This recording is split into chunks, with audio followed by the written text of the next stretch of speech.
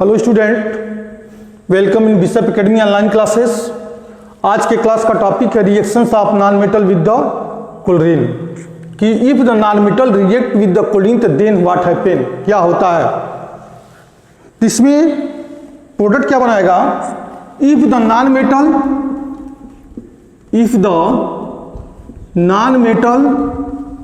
React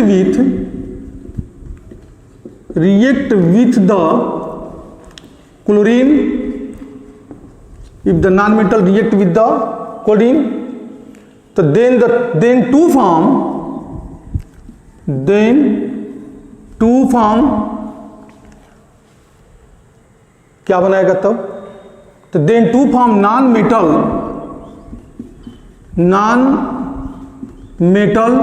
chloride,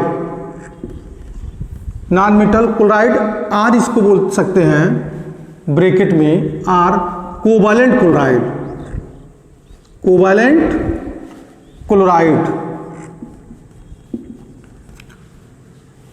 non metal अगर chlorine से reaction करेगा तो नॉन मेटल क्लोराइड बनाएगा, अथवा इसको कोवैलेंट क्लोराइड भी बोलेंगे। And this type of compound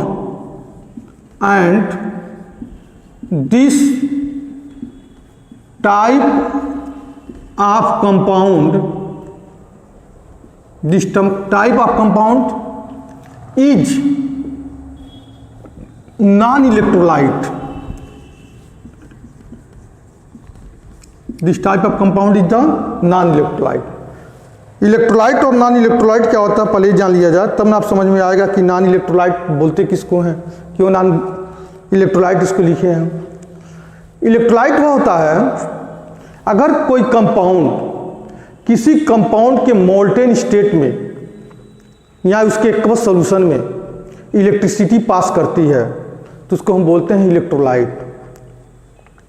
उसको क्या बोलेंगे हम, इलेक्ट्रोलाइट। कब, जब उसके मोल्टेन स्टेट में इलेक्ट्रिसिटी पास करती है या उसके एक्वस सॉल्यूशन में इलेक्ट्रिसिटी पास करती है तो उसको बोलते हैं इलेक्ट्रोलाइट। कोई कंपाउंड ऐसा है जिसके मोल्टेन स्टेट में या उसके एक्वस सॉल्यूशन में इलेक्ट्रिसिटी पास न करे तो उसको हम बोलेंगे नॉन इलेक्ट्रोलाइट। ओके, तो इलेक्ट्रोलाइट क्या है और नॉन इलेक्ट्रोलाइट क्या है, ये तो डिफरेंस आपको समझ में आ गया। एक चीज और इसमें कि all the non metal chloride on the non metal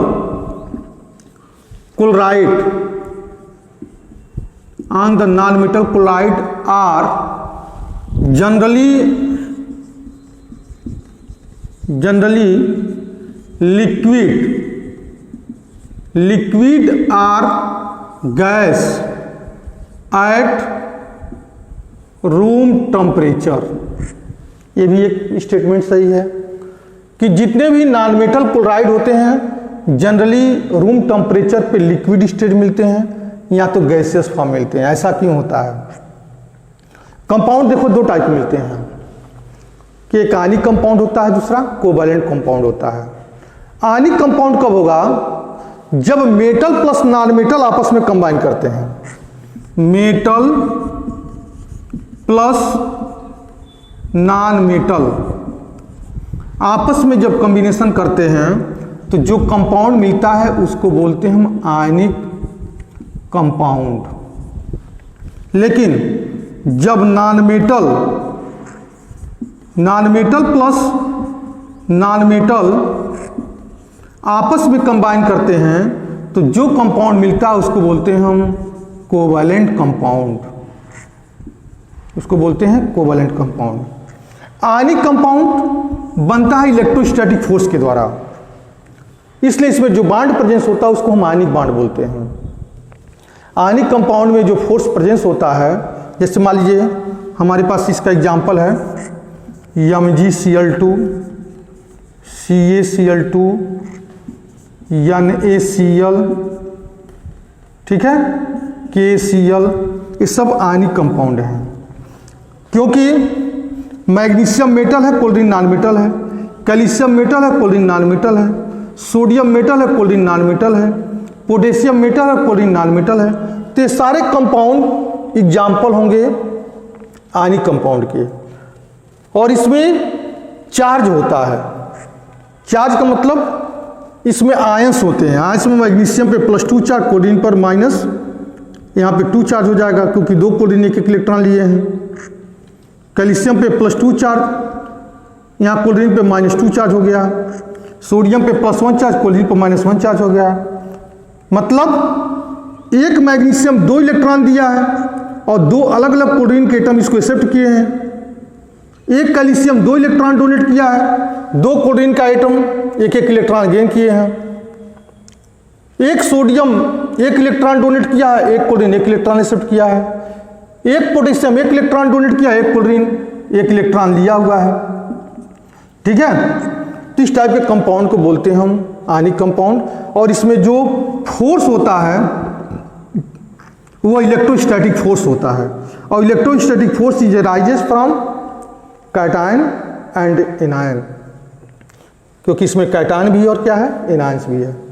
लेकिन जब नॉन मेटल कोई कंपाउंड बनाता है, नॉन मेटल के साथ, जैसे मान लीजिए CCl4, CHCl3, CH2, carbon tetrachloride, chloroform, carbon disulphide, यह सब जो है रूम टेम्परेचर, इसमें जो है वांडर वाल फोर्स होता है। इसमें आयनिक फोर्स होता है जिसको हम आयनिक फोर्स मतलब इलेक्ट्रोस्टैटिक फोर्स, आयनिक फोर्स मतलब इलेक्ट्रोस्टैटिक फोर्स। लेकिन कोवैलेंट कंपाउंड में या non metal chloride covalent compound है तो इसमें जो फोर्स होता है वीक वांडर वाल फोर्स होता है, वीक वांडर वाल फोर्स होता है। तो जिसमें वीक वांडर वाल फोर्स होता है उस कंपाउंड की स्टेबिलिटी कम होती है। मतलब यहाँ तो रूम टेम्परेचर पे लिक्विड मिलता है, यहाँ तो गैसियस स्टेट मिलता है। और जिसमें आयनिक फोर्स होता है वो रूम टेम्परेचर पे सॉलिड में मिलता है। किस फॉर्म मिलेगा, वो सॉलिड के फॉर्म मिलेगा। किसी चीज को हमने लिखा है कि all the non metal chloride are generally liquid or gases at room temperature. इसके अलावा, इस कंपाउंड के अलावा N2 में भी weak van der Waals force presence होता है। ये शेयरिंग के द्वारा बने होते हैं। इसमें जो फोर्स होता है वीक वांडर वाल फोर्स होता है। O2 में भी वो बात होती है, F2 में, Cl2 में, ये सब मॉलिक्यूल्स में है, N2O2, F2, Cl2। तो इसमें जो फोर्स Cl के द्वारा बना हुआ है, फ्लोरीन के द्वारा एक दूसरे से जुड़ा हुआ है, मतलब शेयरिंग के द्वारा जुड़ा हुआ है। ऑक्सीजन जो है इलेक्ट्रॉन के शेयरिंग के द्वारा जुड़ा हुआ है। नाइट्रोजन के इलेक्ट्रॉन के शेयरिंग के द्वारा जुड़ा है। तो इसमें जो फोर्स होता है, जो इस टाइप के शेयरिंग के द्वारा जो बंधे होते हैं उनमें वीक वांडर वाल फोर्स होते हैं। इसलिए रूम टेम्परेचर पे गैसेस स्टेट में है, यह हमारे लिक्विड स्टेट में, लेकिन यह रूम टेम्परेचर पे हमको सॉलिड स्टेट में मिलता है क्योंकि इसमें आयनिक फोर्स होता है और आयनिक फोर्स स्ट्रांग फोर्स होता है। ठीक है, अब reactions of non metal with chlorine. तो reactions of non metal with chlorine में बहुत सारे रिएक्शन हैं इसके साथ। जैसे मान लीजिए हाइड्रोजन नॉन मेटल है और रिएक्शन किया क्लोरीन के साथ, प्रोडक्ट बनाया 2HCl, और इस कंपाउंड को क्या बोलेंगे हम, कोवैलेंट कंपाउंड, क्योंकि ये शेयरिंग के द्वारा बन रहा है। और शेयरिंग कैसे बनेगा हम आगे के टॉपिक में बताएंगे कैसे बॉन्ड बन रहा है। लेकिन फिलहाल अभी हम आपको ये सिर्फ इतना ही फोकस कर रहे हैं कि आप ये जानें कि यह कोवैलेंट कंपाउंड है। ठीक है,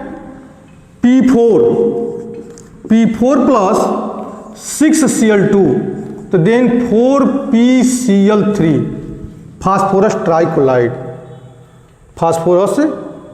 ट्राइकोलाइड, या P4 प्लस 10Cl2, तब क्या बनेगा 4PCl5, फास्फोरस पेंटाकोलाइड और फास्फोरस ट्राइकोलाइड। ठीक है, तो reactions of non metal with chlorine में यह कोवैलेंट कंपाउंड है सब, या कोवैलेंट क्लोराइड बोल सकते हैं। और इसकी स्टेबिलिटी यह है रूम टेम्परेचर पे, या तो गैसेस स्टेट में मिले या तो वह लिक्विड स्टेट में मिले। जैसे मान लीजिए C प्लस Cl4 है तो 2Cl2, तो मिलेगा क्या CCl4, कार्बन टेट्राकोलाइड। या रूम टेम्परेचर पे लिक्विड स्टेट में मिलता है। इसमें भी वान डेर वाल फोर्स होता है क्योंकि ये भी हमारा कोवैलेंट कंपाउंड होता है। Is that clear? अब आता है reactions of non metal with the hydrogen. Reactions of non metal with the hydrogen. Hydrogen के साथ नॉन मेटल रिएक्शन करेगा तो प्रोडक्ट क्या बनाएगा?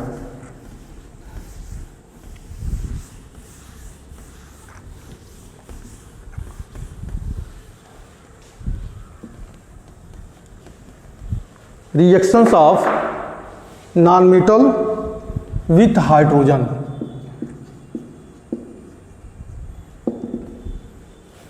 नॉन मेटल में जैसे मान लीजिए नाइट्रोजन है, नाइट्रोजन के बाद हाइड्रोजन है, हाइड्रोजन ये भी एक मेटल है, नॉन मेटल है, हाइड्रोजन भी नॉन मेटल। अगर यह हाइड्रोजन के साथ रिएक्शन करते हैं तो क्या बनाएंगे? N2 प्लस 3H2 तो then 2 form 2NH3। Nitrogen non metal है, हाइड्रोजन से रिएक्शन किया क्योंकि reactions of non metal with hydrogen है, हाइड्रोजन से रिएक्शन किया तो क्या बनाया? अमोनिया बनाया। ठीक है। H plus H2 sulphur non metal है, तो सल्फर नॉन मेटल तो हाइड्रोजन से रिएक्शन किया तो क्या बनाया? H2S hydrogen sulphide. ठीक है। Phosphorus 4P non metal, phosphorus non metal है, प्लस 3H2 तो देन 2 फॉर्म 2, यहां लिख सकते हैं 4PH3, यहां 6H2 लिखो, 4PH3 या फास्फीन बोलते हैं इसको, हम